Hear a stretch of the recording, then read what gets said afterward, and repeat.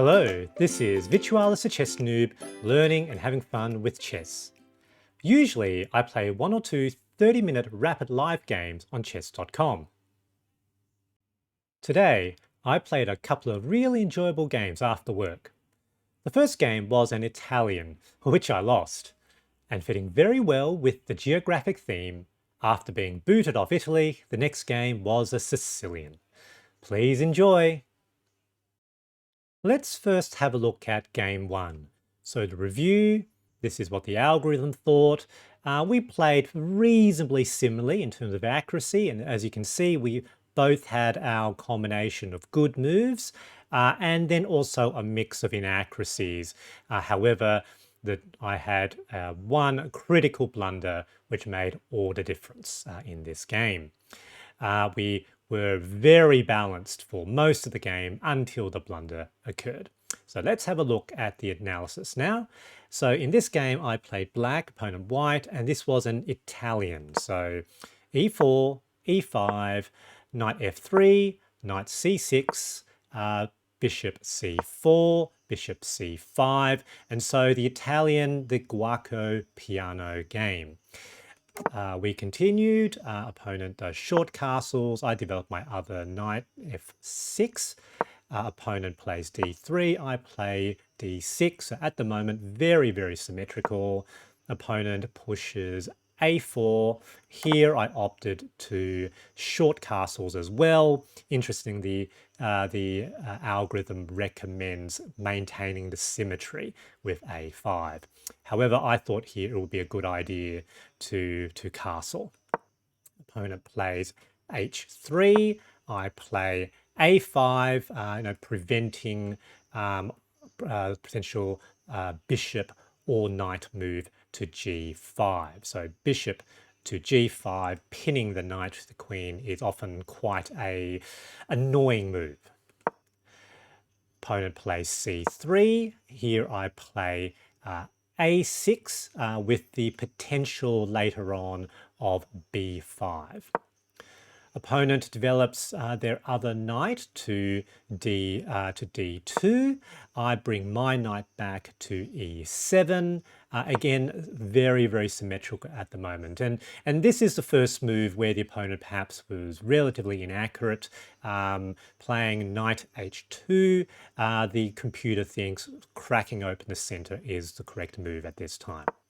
I decide to push my pawn to the center, and this apparently was not what Stockfish preferred. So d5, opponent captures back with pawn, I capture back with my knight.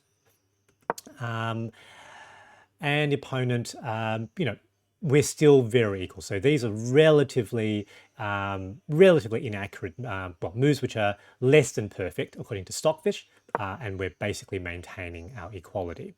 I centralize my rook to e8. Opponent plays bishop d2. I now support that knight with an extra pawn, c6. And in this game, I didn't want to move my pawns too far forward, lest I weaken the defense on my side.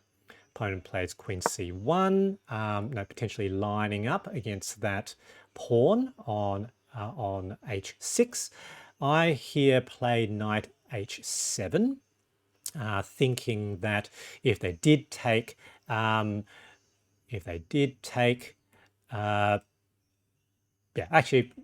I thought I just wanted to protect that square a little bit further, given that the other opponent knight is there, and it just potentially just allows me to provide a bit of extra protection for the king. However, it's according to Stockfish, this wasn't necessary. Opponent centralizes their rook to e1. So again, we're still fairly symmetrical. I bring my bishop back to d6. Opponent plays bishop b3.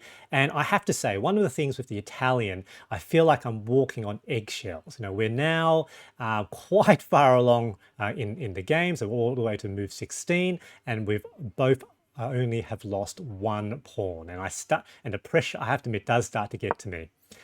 I bring my bishop out now to f5, opponent pushes pawn d4, and at this point I thought about two possible options, whether to capture or to push my pawn forward. In the end, I opted to capture, so I suppose I broke. Interestingly enough, Stockfish thought playing the pawn to e4 was the better choice. Opponent captures back with knight, and here I pushed my bishop to d3, moving it out of the way from the knight. And I did wonder whether or not that was potentially a problematic move for the bishop in the longer term. Opponent captures my rook, and so we do a rook trade. Opponent plays knight g4.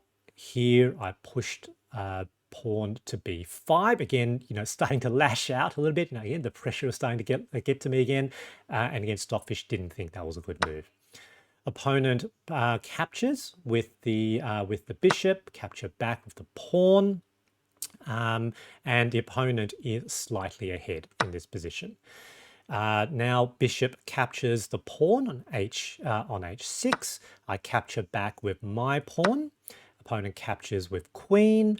And here I was able to have an attack on the queen by bringing bishop back to f8. And it looks like, with the opponent cracking now, again, the advantage is actually to me, the player who is playing more defensively. The opponent takes their queen to h4, which was apparently a mistake. I here sort of lose my own advantage by threatening the queen again by a second bishop move to e7. The computer thinks it's time to just capture that pawn on the A file. Opponent retreats their queen further to g3. This gives me an opportunity to bring my bishop back to g6, and I was fairly happy with having an extra defender around my king. Opponent gives a check with their knight on h6. I was reasonably sure that wouldn't achieve very much for the opponent. Logical move for me was king to h8, and apparently Stockfish thought that was a great move. To be honest, I thought that move was reasonably obvious. Opponent now brings out their other rook to e1. I take my queen out of the way by putting queen to d7. Opponent retreats their knight back to g4, and now bishop d6, again with an attack on the queen. Opponent brings their queen back to h4, and at this point I make a mistake. I basically just hang my bishop.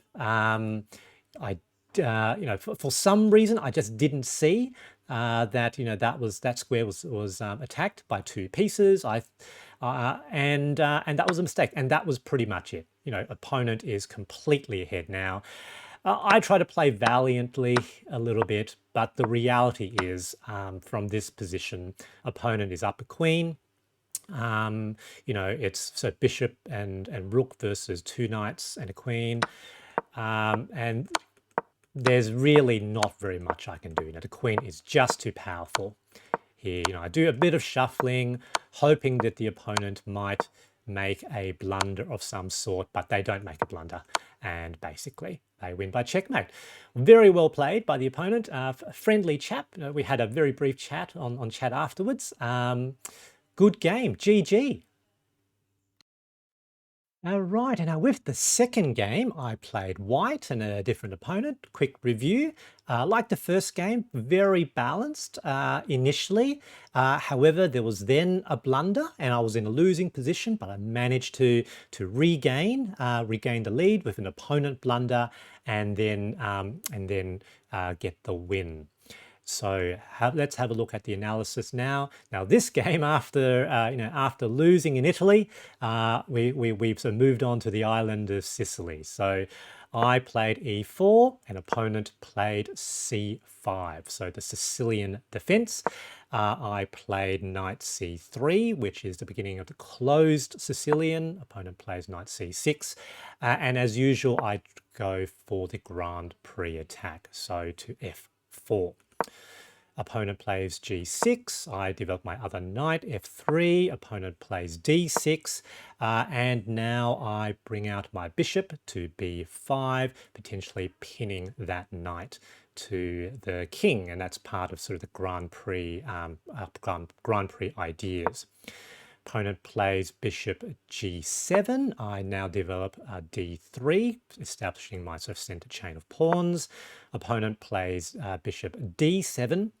And at this point, I wasn't entirely sure what was the best move. I thought that just whacking that knight now might have been a good idea, and that's what I did. So bishop captures knight. However, that wasn't the most accurate move. The Stockfish would have preferred castling first. But we're still fairly equal. No, black slightly ahead, but only very slightly. Castles, opponent plays e6, and we're back to equality.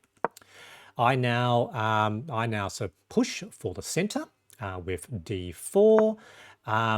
Opponent plays b6 to sort of bolster and protect that pawn. I push the pawn further to d5, again trying to place further pressure on the center. Opponent captures with the king's pawn. I capture back, and now forcing that bishop to retreat. And the opponent retreats bishop to d7.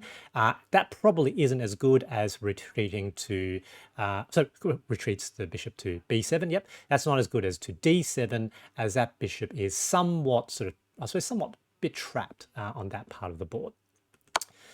I play rook e1, centralizing the rook. Again, that wasn't the best move. All I've done is equalize again. Computer reckons that that pawn push was better. Opponent plays knight e7, developing their knight. I now push my pawn f5. Opponent short castles, and I thought whacking that pawn was potentially a good idea to weaken the defense around the king. Opponent captures back with a pawn, and I thought, somewhere here, I thought must be good for me in the longer term.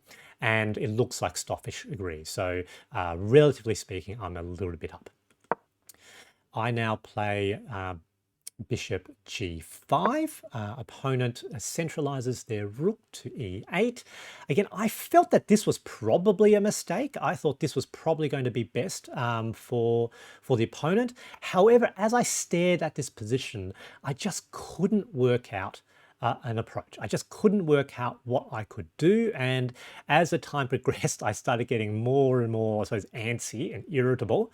And so I ended up just cracking and just lashing out with bishop captures knight. And I thought, surely that's not that great a move. I thought it was probably equal. That actually is what the case is. I'm slightly behind with that move, but still relatively equal. Now, Stockfish recommends playing the knight to e4, and the logic here is that then I can develop these queenside pawns and potentially starting to take space on the queen side. Yep. So I didn't see that in the game, and that's an idea I think I'll need to hold on to for similar games in the future. Opponent captures back with rook, which makes sense. And here I captured back with rook. Opponent captures back with queen. And at this point, I realized I wonder whether or not I'm in a bit of trouble, that after this transformation, the opponent king is better protected than my king. This bishop is always staring at that pawn. I was just a bit worried. I thought maybe we could do a queen trade here. Clearly that was a mistake, and I saw that was a mistake as soon as the opponent brought their other rook to the e file, forming a battery. And here I actually thought for a while. I thought clearly if I captures this, I'm going to eventually lose a piece in the endgame because clearly the opponent can do this, and then that no longer has a defender.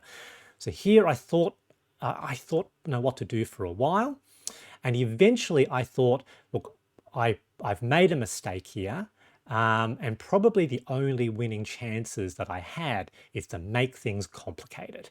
And I needed to move my queen out of that file with the like in that battery with that rook and queen. I thought as long as I maintain there, the moves are pretty obvious, I suppose, for the opponent, and so I'm likely to lose. I thought I was behind here, and so I thought if I made things complicated, maybe I would have some winning chances. So I eventually played Queen h4. And according to Stockfish, this is a terrible mistake, that this just doesn't make sense. However, what it does is it sort of invites a trade here. And if the opponent does do that, then it's a queen for a queen trade. And that seemed like it was okay for me. If if the queen comes down here, then potentially, I can, that doesn't actually make any sense, does it? Because, obviously I could capture back with, with the knight, I could capture with rook. That just doesn't make any sense whatsoever. And so I thought, even though I thought this was possibly a bad move, it's not obvious what the opponent should do. And in fact, the opponent, I think, thought for almost 10 minutes at this point before they made a move. And they played this move, queen with check. So queen e3 with check. I thought that the best logical move for me is to block with the queen, and again with a queen trade. But again, I thought once I sort of captured the queen with king, am I really better? It just looks like it'd be pretty obvious, pretty easy for the opponent to do really well in this position. So I did another slightly sneaky move, which was king to h1, moving out of the way. And this was apparently actually the Stockfish thought that was a pretty good move. Stockfish did think that that was the best move after all with perfect play, but with perfect play at that level of deficit means I'm losing. Now, this gambit actually, I think, worked because now my queen is not under any direct attack from any of their pieces. And it almost looks like I'm inviting the opponent to capture. So opponent captures, I capture back, and here, because I've captured that knight, it looks like that pawn is now undefended. Opponent captured with bishop. And now I had a fairly, what I thought was a fairly gangster move, which was part of the logic why I did any of this. I now had rook e1, and the opponent is now in trouble. If the opponent moves their queen out of the way, I now have a capture with check. If they capture then my rook, then obviously the challenge for them is they're trading a queen for a rook, which is bad for them. So I was really happy with that move, and it was that complication which really led to this. And this is one of the things I think at sort of the beginner intermediate level, that sometimes what Stockfish suggests actually doesn't quite bear out, because humans don't play like computers. Humans are, can be trapped by this sort of material greediness, not seeing that potential trap afterwards. So opponent played probably one of the better moves. They might have done better this way, but probably makes no difference. They captured my rook with queen, allowing me to capture back with the capturing back with the knight, also taking the knight out of the line of attack from the bishop. And at this point, it doesn't really matter. Clearly, I'm ahead because queen and knight versus bishop and rook means I should be winning. I move the queen out of the way. Opponent, launches an attack on that pawn. That's fine. What I needed to do was to get my king off the back rank, and with the bishop being light squared bishop, once I'm there, king within that fortress, it is safe. Basically, their pieces cannot easily attack my king. Opponent captures my pawn. That's fine. This pawn, I'm welcome them to try to capture it if it means I could do a peace trade. Move my king out of the way. Opponent still thinking about peace trade. Again, I have no problems with this. I am more than happy to trade their bishop for my knight. I move my queen over to this position with an attack on that pawn. They move that pawn out of the way, but now I have a potential attack on both the pawn and the bishop. And with the move pawn c4, either this pawn or that bishop is going to be lost. Opponent plays another pawn move, doesn't make much of a difference. And at this point, clearly the opponent is going to start losing material with my queen, and they opted to resign. And I was very happy with this game, with that tricky trap where I sort of turned the game around. Very well played by the opponent. GG. One of my weaknesses with more positional games is that the pressure gets to me as the moves increments, and I have a habit of prematurely trading pieces to relieve some of the pressure. By cracking first, I'm often left in a disadvantageous position in the mid-game and endgame. It's something that I have to work on. I hope you enjoyed this video, and thanks for watching.